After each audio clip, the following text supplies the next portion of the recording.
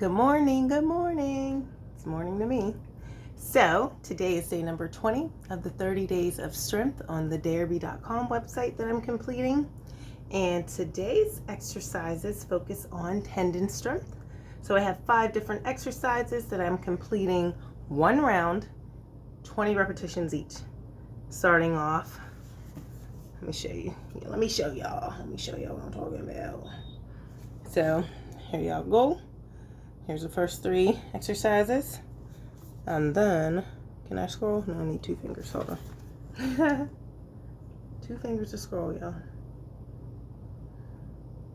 Alright. Oh, fast kicks and slow kicks. I remember last time I completed these exercises, those ones got me. Alright. So I'm really going to complete this twice because I'm going to do one round for you guys here on my YouTube channel. Then I'm going to do another round in Health is Wealth Polo, health group.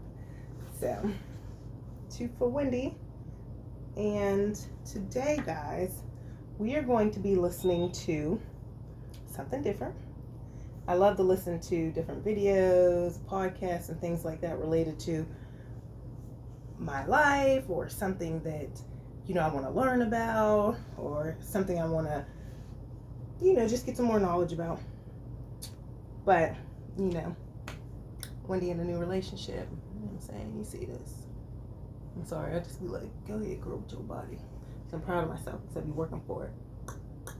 Anyway, Wendy's in a new relationship and I'm excited and happy. But here is what I'm going to be listening to. Build the perfect relationship with these secrets. Stephen Speaks and Lewis Howes. Stephen Speaks, I'm about to show you. And then Lewis Howes has that Academy.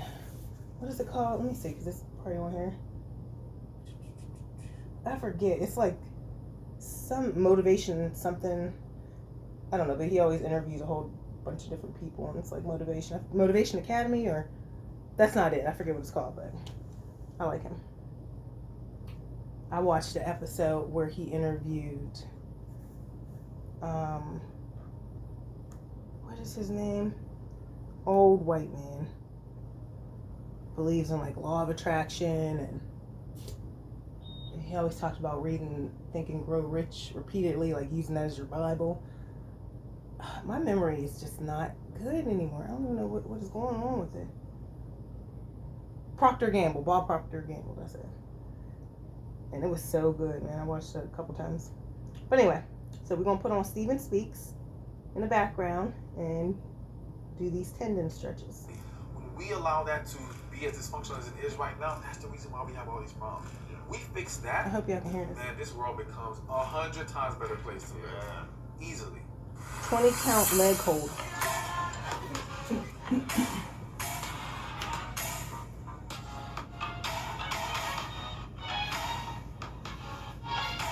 Mine's going to start off with 30 seconds. Welcome back to one of the School of Greatness podcasts. We have Stefan Labosiere in the house. Good to see you, my man. Appreciate it, man. Glad you're here. I don't have the timer. Years ago, you said on my website, and I learned about you, I think, in the last year from your incredible message that you have online, which is all about relationships. And you speak to men and women, Hold on. young and old, but I feel like the essence is around women as well. Like a lot of your messages helping women understand how to find the right life partner, how to find how to get married, and how to know what's right for you. And talk a lot about healing. Yes. And why is healing in your mind so important in terms of building strong relationships? It's important because it's the number one thing holding people back from having healthier relationships. It's the issue that so many people are facing, but they sweep under the rug. We've all been through stuff. We've all been damaged. We've all been disappointed and hurt, but we have not properly processed those things. And then we take those negative experiences and we project them onto people. We project them onto our future. We project them onto ourselves. 20-second leg hold. And we throw everything out of whack. And now we can't even embrace or set ourselves up for that great relationship because we're still holding on to the bad one that we experienced before. So it completely gets in the way of people seeing progress in their life. So to me, it's like, okay, we can give you all these tools and tips on how to date and and how to navigate through this relationship Online world. dating stuff. Exactly. And it's all useful, but if you don't heal, you're going to end up in a bad spot. There's no way around that. It's inevitable. And people who think they can ignore a lack of healing and are being naive. Yeah, it sounds like if you don't heal, you're 20 side leg raises. and hurting the person you're in a relationship with. Yes, and or hurting people that you could have been in a relationship with, because so many people have run away or pushed away that real love because it was scary, made them feel too vulnerable.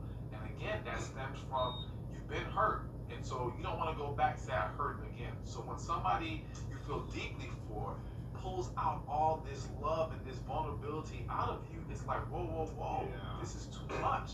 That's interesting. Many years ago, I was dating someone, and it was like, we were very connected very quickly. I felt like, wow, there's something different about this person. And after months, she started sabotaging things. Like, we were having like the most incredible nights, like everything was going great, and all of a sudden she would just get mad at me over nothing, right? Which seemed like nothing. I was like, what did I say or didn't say? Like, I thought we were having fun here. Straight leg swings, 20 of them. Ruined because she would be upset about something, but wouldn't tell me. I was like, what is going on?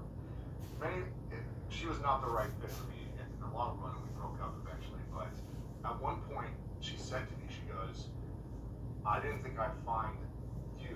Like, I didn't think I'd find you now at this age of my life. I thought I'd find you like in my 30s. She was like in her young 20s. Or so. I thought I'd like have my fun in my 20s, and then the version of you, the idea of you would come at like 30 or something when she was ready. And she was holding on to so much baggage and like hurt from previous relationships, but she wasn't healing from it at the time. Exactly. She was just kind of like sabotaging and like pushing away like the vulnerability that we were creating. Like we were having so much connection and vulnerability. She was just like, I'm scared, Exactly. Because she lost emotional control with you, and that's a scary place to be in. And so This is the only challenging, thing huh? she can do at that point is look for something wrong to validate walking away. Because if she can't find something wrong, how can she say, I can't do this, I don't want to be here anymore? So now it starts to nitpick, create issues. But it all stems from, yes, she has not healed it. I would argue that the vast majority of people are married to someone they don't even have the deepest feelings for. really? Yes. What's the percentage you think in your mind? If I had to throw out a number, I would say 60%. Yeah, 60%. 60% I was going to throw out there. And it could be a lot higher. I feel like 60% of people don't love what you're saying. They're not married to the person they have the deepest feelings for. Alright? The person they have the deepest feelings for, that situation somehow went left, people run. Like in your situation, in her mind, you were too good to be true. This was not real. Yeah. And she could not believe that she was experiencing this at this time of her life. And to be honest with you, she wouldn't have been ready at 30 either. Right. Because at 30, she still wouldn't have healed. You'd have came Fast along and kicks. she'd be like, what is going on here? And so it's a very common Wow, what he thing. said. It happens a lot more than people think. Like I'm willing to bet. Was so important because I remember I had went through that, and it makes so much sense because if someone comes into your life, if you're not healed, if you're not ready to receive them, then you're gonna keep repeating the same behaviors and reacting the same way, and it's just not gonna work.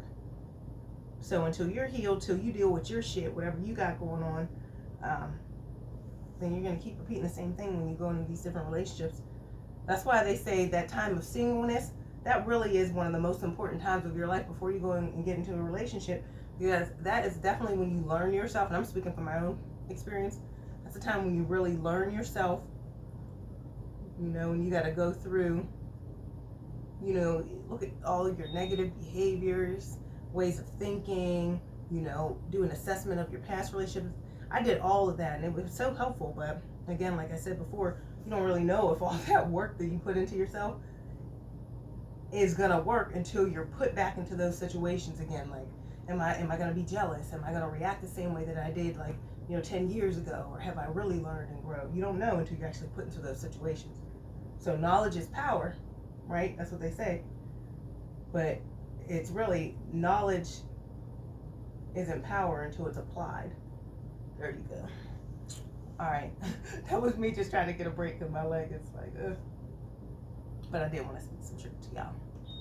Bet there are men who are going to hear this and they're going to say, "Oh my God." Fast Kicks 20. Wow. All right. And people don't hear about it as much because now when that woman tells her story to someone else, she doesn't say, "Oh, he was too good. I was scared. I ran away. He did this, and he had this fault, and I had this red flag, and Yes. all these challenges Yes. came up, and he looked at me. I don't know something. Right? Exactly, because again, she has to validate her decision, and she has to make herself feel more comfortable about the fact that she ran away from you. Wow. But I'm gonna tell you right now, it's gonna hit her.